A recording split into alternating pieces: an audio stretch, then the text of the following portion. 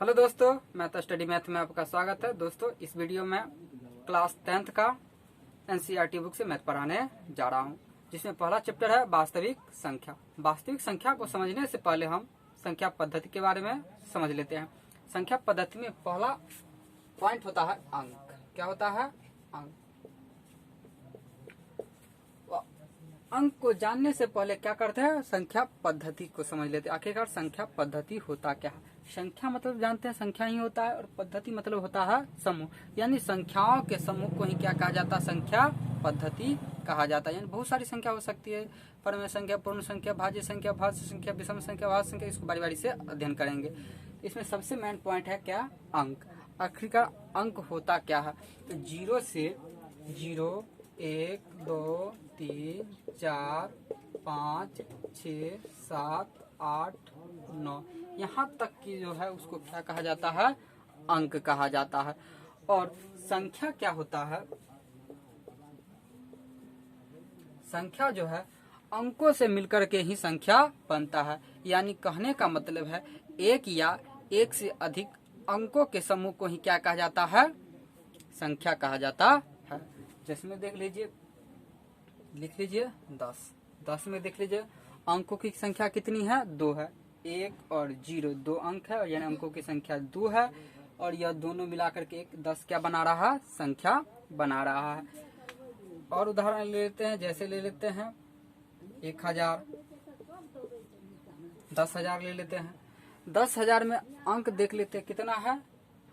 1 2 3 4 5, 2 2 4 1 5 गो अंक है। यानी 5 अंक मिलाकर के क्या कर रहा है?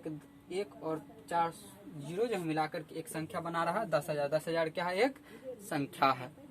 यानी क्या हो रहा है? अंक को 0 भी अंक है, 1 भी अंक है, और दोनों का समूह मिलकर के क्या बना रहा है? एक संख्या बना रहा है। अब हम बोले थे इस संख्या का परिभाषा, इसमें एक भी संख्या हो सकता है या एक से अधिक अंक भी, एक भी अंक हो सकता है, एक से अधिक भी अंक हो सकता है। जैसे में अगर कहिएगा एक, अब एक कहिएगा भाई, एक तो अंक है, इसको संख्या कैसे कहेंगे? तो हम बता दिए अभी ही इसका परिभाषा। एक हो अंक हो या एक से अधिक अंक हो, उसके समूह को ही क्या कहा जाता है? संख्या कहा जाता है। तो यहाँ पर एक अंक है, इसको भी संख्या कहेंगे। यानी एक को संख्या भी कहेंगे और अंक भी कहेंगे। जैसे 0 लिखा हो तो 0 भी क्या है? एक संख्या भी है और एक अंक भी है। अब यहाँ पर प्रश्न उठेगा, क्या सभी अंक को संख्या कह सकते हैं? तो जितने भी अंक होगा सबको हम संख्या कह सकते, ये बात सही है। यानी जितने भी 0 से लेकर के 9 तक है, ये सारी जो है क्या है? अंक भी है और संख्या है। यानी सभी कहने का मतलब है जो सभी अंक जो है, सभी अंक संख्या कहलाएगी। सभी अंक जो है संख्या कहलाएगी। लेकिन अगर इसी का विपरीत पूछे, क्या सभी संख्या अंक कहलाएगी? तो सभी संख्या अंक नहीं कहलाएगी। अब इसमें 1 और 0 ये सब जो है संख्या है, लेकिन संख्या के साथ साथ अंक भी है। लेकिन 1000 या 10,000 यहाँ पर लिख दिया जाए और 10,000 कहे कि यह अंक है, तो यह अंक नहीं होगा, क्योंकि यहाँ पर क्या है? अंकों का समूह मिलकर के एक संख्या बन रहा है। 10 लीजिए, 10 में भी देख लीजिए 1 और 0 मिलकर के एक संख्या बना रहा है 10। यानी यहाँ पर क्या है? अंकों का समूह है, एक संख्या बना रहा है, अंक नहीं है। कहने का मतलब सभी अंक जो है संख्या कहलाएगी, लेकिन यानी परंतु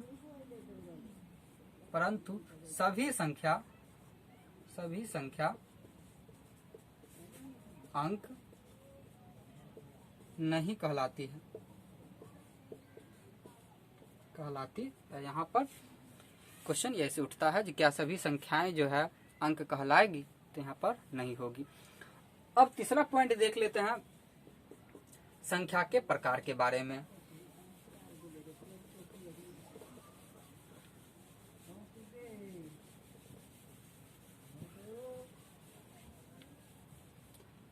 देख लेते हैं संख्या के प्रकार के बारे में। संख्या के प्रकार, संख्या के बहुत सारे प्रकार होते हैं, जिसमें मुख्य पहला पॉइंट है प्राकृत संख्या। प्राकृत संख्या।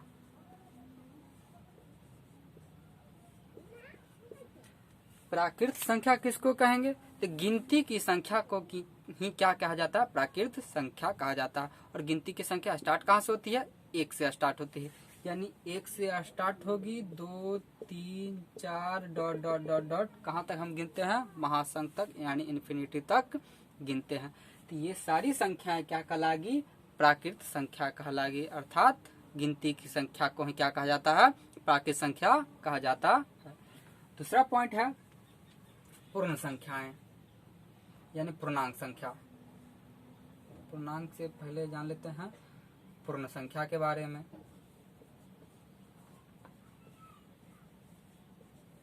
पूर्ण संख्या, इसके बारे में जान लेते हैं। आखिरकार ये पूर्ण संख्या क्या होता है? सेम वही प्राकृत संख्या ही पूर्ण संख्या होती है, लेकिन इसमें क्या होता है? शून्य जुड़ा होता है। यानी कहने का मतलब है शून्य युक्त गिनती की संख्या को पूर्ण संख्या कहते हैं। यानी प्राकृत संख्या 1 से स्टार्ट होती थी, अब यहाँ पूर्ण संख्या जो होगी 0 से स्टार्ट होगी। यानी शून्य युक्त गिनती की संख्या को, शून्य युक्त गिनती की संख्या को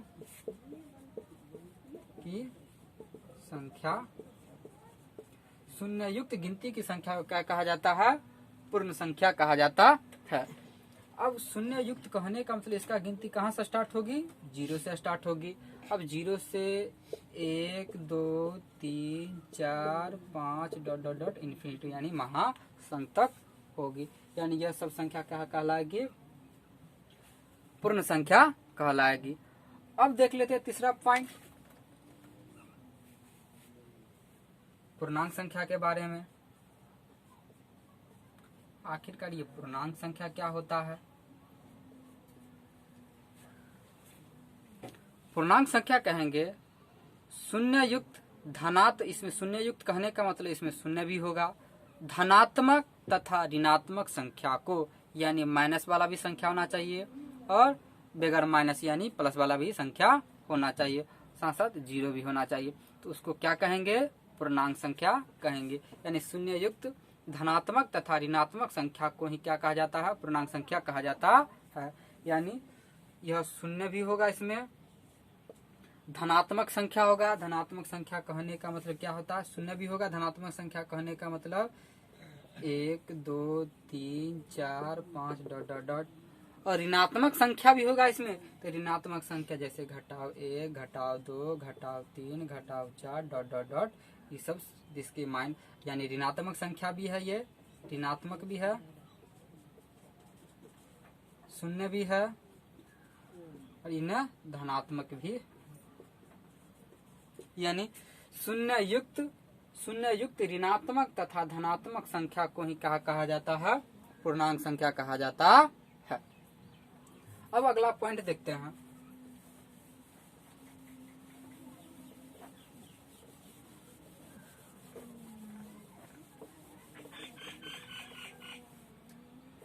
अगला पॉइंट है सम संख्या।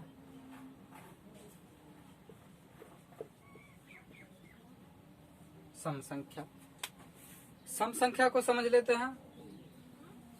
सम संख्या वैसी संख्या को कहते हैं जो संख्या क्या हो? 2 से विभाजित हो, यानी 2 से पूरा पूरा कट जाए, तो ऐसी संख्या को कहाँ कहा जाता है?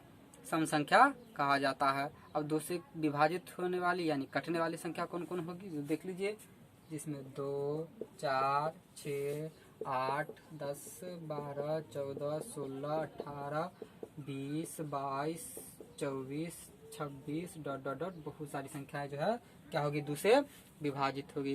यानी जो 2 से विभाजित होने वाली संख्या होती है वही क्या कहलाएगी? सम संख्या कहलाएगी। अब पढ़ना है विषम संख्या के बारे में। विषम संख्या के बारे में, ये विषम संख्या होता क्या है? तो वैसी संख्या जो 2 से विभाजित नहीं हो, यानी 2 से पूरा पूरा नहीं कटे, तो उसी को क्या कहा जाता है? विषम संख्या कहा जाता है। देख लीजिए विषम संख्या के बारे में। 1 3 5 7 9 11 13 15 17 19 21 23 डॉट डॉट डॉट, यानी 1 3 5 7 ये सारी संख्या को देख लीजिए, यह 2 से विभाजित नहीं हो रहा, यानी जो संख्या 2 से विभाजित नहीं हो उसी को क्या कहा जाता है, विषम संख्या कहा जाता है। अब अगला पॉइंट देखते हैं भाज्य संख्या और अभाज्य संख्या में। उसके पहले जान लेते हैं भाज्य संख्या।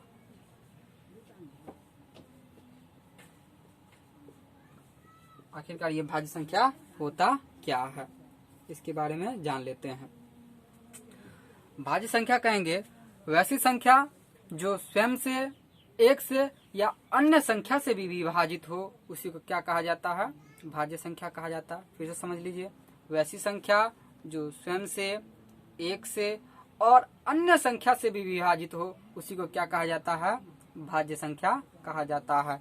जैसे देख लीजिए, एक संख्या जो है एक से भी कट रहा है ना, स्वयं से भी कट रहा है, इसी को क्या कहेंगे, भाज्य संख्या। उसके बाद देख लीजिए, एक के बाद हो गया 4 6 8 9 10 12 14 15 17 ने 19 17 15 के बाद 16 17 नहीं होगा, 18 19 नहीं होगा, 20 21 ... ये सारी संख्याएं जो या तो स्वयं से कट रही है या अन्य से कट रही है। तो 4 के बारे में समझ लीजिए। अब 4 के बारे में समझ लीजिए, 4 जो है क्या स्वयं से या एक से कट रहा है। तो 4 देख लीजिए, 4 तो या तो 4 से कटेगा, या तो 1 से भी कट जाएगा, या 4 देख लीजिए 2 से भी कट जाएगा। 2 दूनी 4, 1 चौके 4, 4 इकाई 4, यानी 4 संख्या जो है स्वयं से भी कट रहा है। यह क्या है, स्वयं से भी कट रहा है, 1 से भी कट रहा है, और अन्य संख्या 200 क्या है, 2 एक अन्य संख्या, यानी अन्य संख्या से भी विभाजित हो रहा है। तो हम बताओ वैसी संख्या जो स्वयं से, एक से या अन्य संख्या से विभाजित हो, उसी को क्या कहा जाता है, भाज्य संख्या कहा जाता है। और देख लीजिए, इसमें और उदाहरण देख लीजिए, 15 को देख लीजिए, 15 सिर्फ 15 स्वयं 15 से भी कट जाएगा, यानी स्वयं से कटेगा। ये 15 देख लीजिए 1 से भी कटेगा, और एक अन्य संख्या से भी कटेगा। 15 जो है 3 से भी कट जाएगा, 5 से भी कट जाएगा, यानी यह अन्य संख्या से भी विभाजित हो रहा है। देख लीजिए, 3 5 15, 5 दिया 15, यानी अन्य संख्या से भी यह कट रहा है, 1 से भी कट रहा है, 15 से भी कट रहा है। तो वैसी संख्या जो स्वयं से, एक से या अन्य से कटे, उसी को क्या कहा जाता है, भाज्य संख्या कहा जाता है। भाज्य संख्या समझ में आ रहा होगा। अब समझ लेते हैं अभाज्य संख्या के बारे में।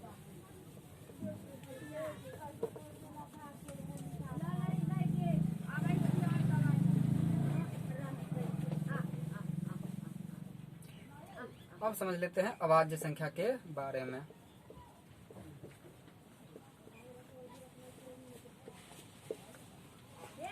अभाज्य संख्या कहेंगे वैसी संख्या जो स्वयं से और एक से कटे, अन्य संख्या से नहीं कटे, या तो खुद से ही कटे और नहीं तो एक से ही कटे, उसी को क्या कहा जाता है, अभाज्य संख्या कहा जाता है। जैसे देख लीजिए, 2 या 2 से ही कट रहा है या 1 से कटेगा, अन्य संख्या से नहीं कटेगा। 3 देख लीजिए, 3 या तो 3 से कटेगा या 1 से ही कटेगा, या तो 3 से कटेगा या तो 1 से ही कटेगा। और संख्या ले लीजिए 5 भी देख लीजिए, या तो 5 से कटेगा या तो 1 से ही कटता है अभाज्य संख्या। और 7 भी ले लीजिए, 7 भी देखिए, 7 से कटेगा या 1 से कटेगा। 9 नहीं होगा, 10 भी नहीं होगा, 11 होगा, 13 होगा, 17 होगा, 19 होगा, 21 नहीं होगा, 21 तो कट रहा है। 23 देख लीजिए, 23 होगा, 25 भी नहीं, 26 27 28 29 होगा, 29 के बाद 31 होगा और 37 होगा, ... यानी बहुत सारी संख्या देख लीजिए। 11 या तो 11 से या 1 से ही कट रहा है।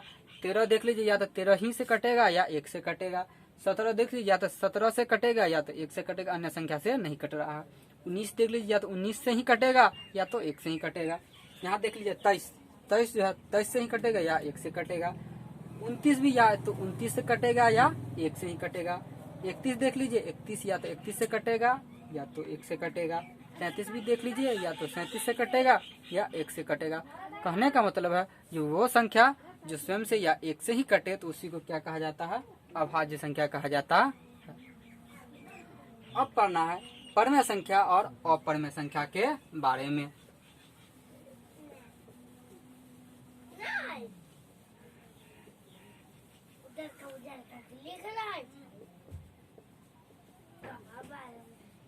परिमेय संख्या,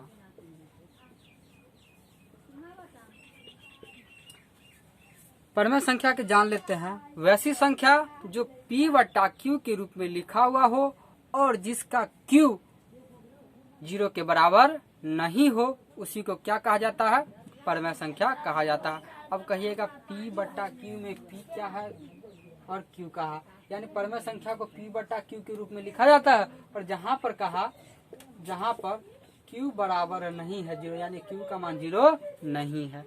अब कहिएगा जो P बटा Q के रूप में लिखा जाता है उसको परमेय संख्या कहते हैं, और Q वहाँ पर 0 नहीं हो रहा है, इसका कहने का मतलब क्या है। अब कहिएगा P क्या होता है, तो P जो होता है अंश होता है। P क्या होता है, अंश होता है। और Q क्या होता है, हर होता है। यानी जो संख्या अंश बट्टा हर के रूप में लिखा हुआ हो और जिसका हर जो है 0 के बराबर नहीं हो तो उसी को क्या कहा जाता है, परिमेय संख्या कहा जाता है। कौन सी संख्या कहा जाता है, परिमेय संख्या कहा जाता है। जैसे देख लीजिए, जैसे 1। अब कहिएगा भाई 1 यह बट्टा के रूप में P बटा Q के रूप में कैसे लिखा हुआ है, यहाँ पर तो बट्टा के रूप में कुछ दिया नहीं है। अब बताइए 1 है, इसको अपना मुंह से क्या करते हैं, बट्टा में 1 दे देते हैं, 1 हटा भी देते हैं, तो यहाँ पर अपना मुंह से 1 दे दीजिए। अब बताइए पहले था 1, अब बट्टा अपना मुंह से लगा दिए 1। बताइए अब इसमें क्या होता है, बट्टा 1 जो क्या होता है इसमें छुपा रहता है, यानी यह जो है बट्टा के रूप में आ रहा है, यानी P बटा Q के रूप में आ रहा है। और कहा Q का मान 0 नहीं होना चाहिए, यानी Q के जगह पर क्या है 1 है, 1 का मान देखिए 0 है नहीं है, यानी यह क्या है, परिमेय संख्या। अन्य संख्या दे दीजिए 5 देख लीजिए। अब कहिएगा 5 ये भी क्या है, P बटा Q के रूप में तो नहीं है। बताइए संख्या में क्या होता है, बटा के रूप में 1 छिपा रहता है, यानी 1 छिपा रहता है, इसको 1 को दर्शा दीजिए। देख लीजिए 5 बटा 1 यानी P बटा Q के रूप में आ गया। P का मान है 5 और Q का मान है कितना, 1। और यहाँ पर देख लीजिए Q का 0 नहीं होना चाहिए, तो Q का मान तो 1 है, 0 नहीं हो रहा, यानी क्या है, यह परिमेय संख्या।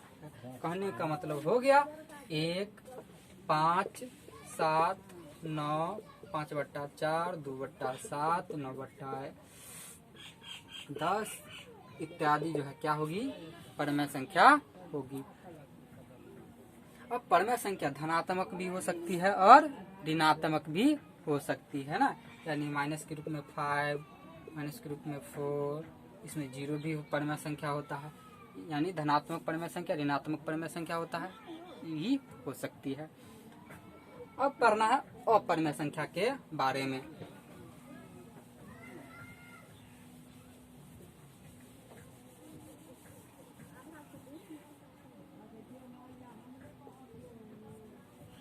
अब पढ़ना है अपरिमेय संख्या के बारे में। अपरिमेय संख्या कहेंगे वैसी संख्या जो P बटा Q के रूप में नहीं हो, और मतलब कि अपरिमेय संख्या जो P बटा Q के रूप में नहीं लिखा जा सकता, उसी को क्या कहा जाता है, अपरिमेय संख्या कहा जाता है। यानी P बटा Q के रूप में नहीं लिखा जाता है, नहीं लिखा जाता है। और कहिए कौन कौन अपरिमेय संख्या होगा, तो √3, √2, √5, √8, √11 डॉट डॉट डॉट, ये सारी कौन सी संख्या है, अपरिमेय संख्या। और भी अपरिमेय संख्या हो सकती है, जैसे 1.234 डॉट डॉट डॉट डॉट ऐसे करके या इन्फिनिटी तक दिया रहा है, यह भी एक क्या है, अपरिमेय संख्या है। पाई देख लीजिए, इसको क्या कहेंगे, पाई का मान 22/7 होता है। पाई अगर पूछे परिमेय संख्या है कि अपरिमेय संख्या है, तो पाई एक क्या है, अपरिमेय संख्या है। अगर यही पाई का मान अगर 22/7 दिया रहे तब पूछे, यानी पाई का मान पाई का मान 22/7 दिया रहे, 22/7 दिया रहे, तब पूछे जो 22/7 परमेय संख्या है कि अपरमेय संख्या। तो पाई यदि पूछे तो अपरमेय संख्या, अगर इसका मान पूछे परमेय होगा कि अपरमेय होगा, तब यह क्या हो जाएगा, परिमेय संख्या हो जाएगा। अब परिमेय संख्या में देख लीजिए p/q के रूप में, इसलिए कौन सी संख्या हो जाएगी, परिमेय संख्या हो जाएगी।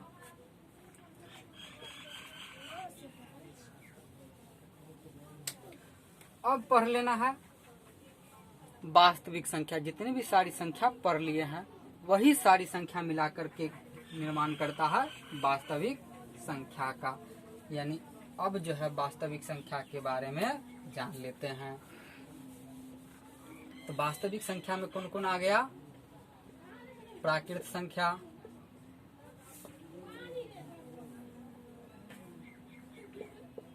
प्राकृत संख्या,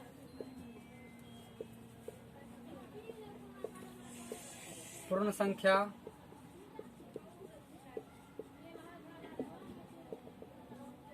पूर्णांक संख्या,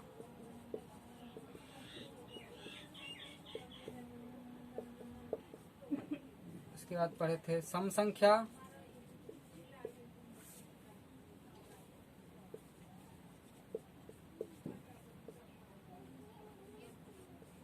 विषम संख्या, विषम संख्या, भाज्य संख्या, भाज्य संख्या, उसके बाद पढ़े थे अभाज्य संख्या,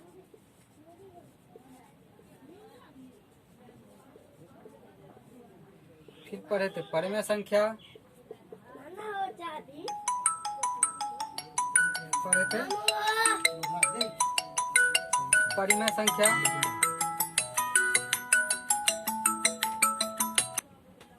परिमेय संख्या, उसके बाद पढ़े थे अपरिमेय संख्या,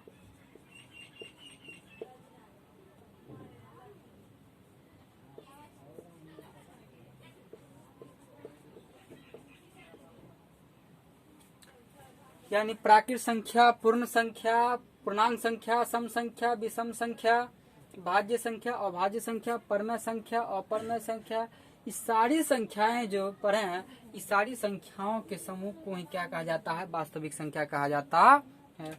यानी उपर्युक्त जितना भी लिखा हुआ संख्या है उस सारी संख्या क्या कहलाएगी, वास्तविक संख्या कहलाएगी। और अवास्तविक संख्या कहेंगे इस जो है सारी संख्या छोड़ करके, इस संख्या जितना है इस सब संख्या को छोड़ करके जो शेष संख्या बचती है उसी को क्या कहा जाता है, अवास्तविक संख्या कहा जाता है। तो उसको क्या कहा जाता है, अवास्तविक, अवास्तविक संख्या कहा जाता है। जिसमें जैसे लिखा होगा x, 3x, 2i, 3x + 2y + z, ये सब संख्याएं जो है क्या होगी, यह सब अवास्तविक संख्या होगी। अब चैप्टर से संबंधित कुछ सवाल देख लेते हैं।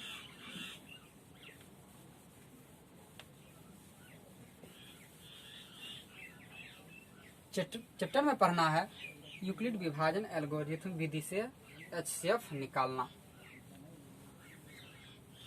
यानी सबसे पहले यूक्लिड विभाजन परिमेयिका के बारे में जान लेते हैं। यूक्लिड विभाजन प्रमेय, यूक्लिड विभाजन प्रमेय को जान लेते हैं।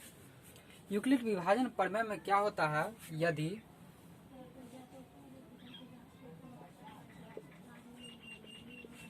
P → Q, तो अब इसका फॉर्मूला क्या होता है, P =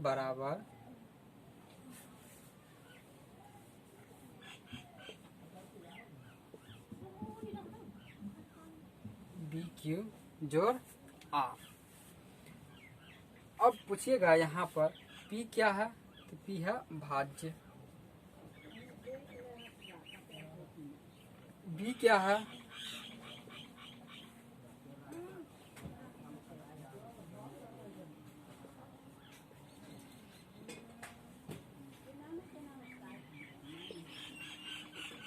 अब कहिएगा क्यू क्या है, तो क्यू है भाजक।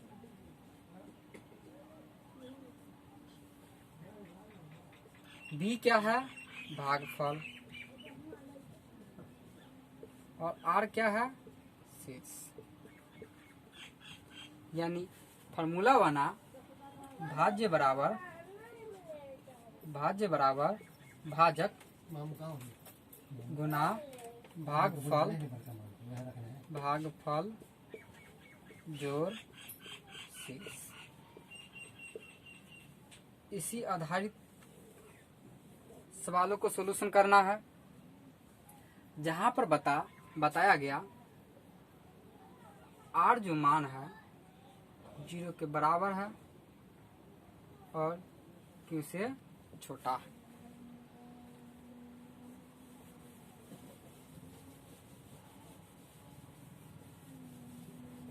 अब प्रश्नावली के कुछ सवाल देख लेते हैं। प्रश्नावली 1.1 का कुछ क्वेश्चन देख लेते हैं।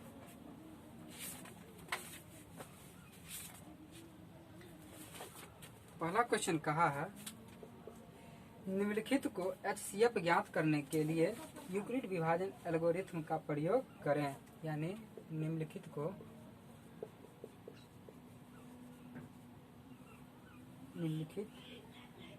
का HCF ज्ञात करने के लिए यूक्लिड विभाजन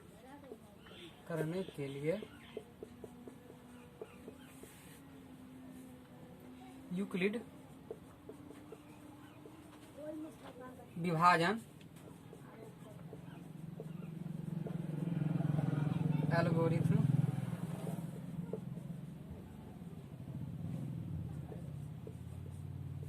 का प्रयोग करें।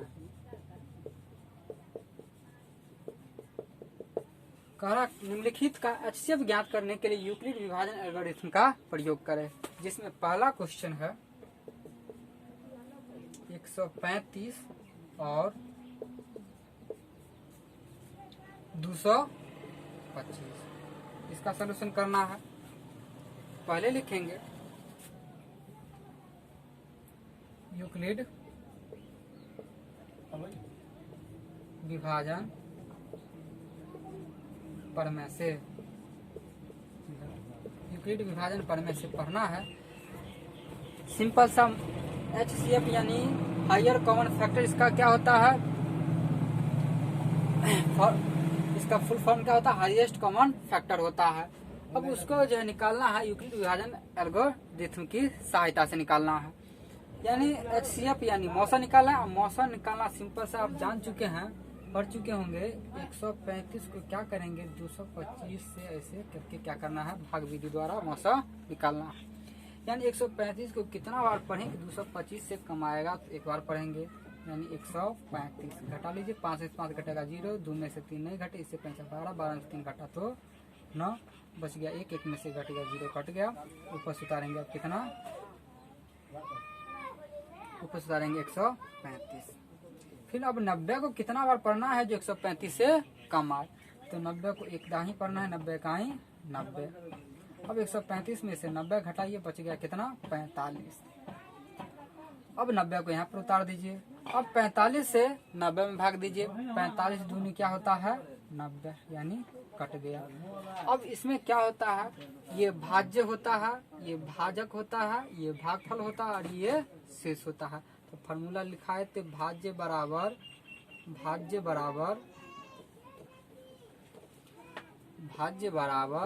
भाजक गुना भागफल जोड़ शेष। भाज्य बराबर भाजक गुना भागफल जोड़ शेष बताए। यहाँ पर भाज्य कितना है 225 है, तो भाज्य बराबर लिखेंगे फर्स्ट में लिखेंगे 225 बराबर भाज्य 135। अब भागफल कितना है 1 और जोड़ शेष होता है तो शेष कितना है 90। दूसरा चरण में देख लेते हैं, भाज्य कितना है 135, तो लिखेंगे 135 बराबर भाज्य 135 और भाजक है 90 और भागफल कितना है 1, यानी लिखेंगे 90 गुना 1 जोड़ शेषफल कितना है 45, तो लिखेंगे 45। तीसरा चरण में है भाज्य कितना 90,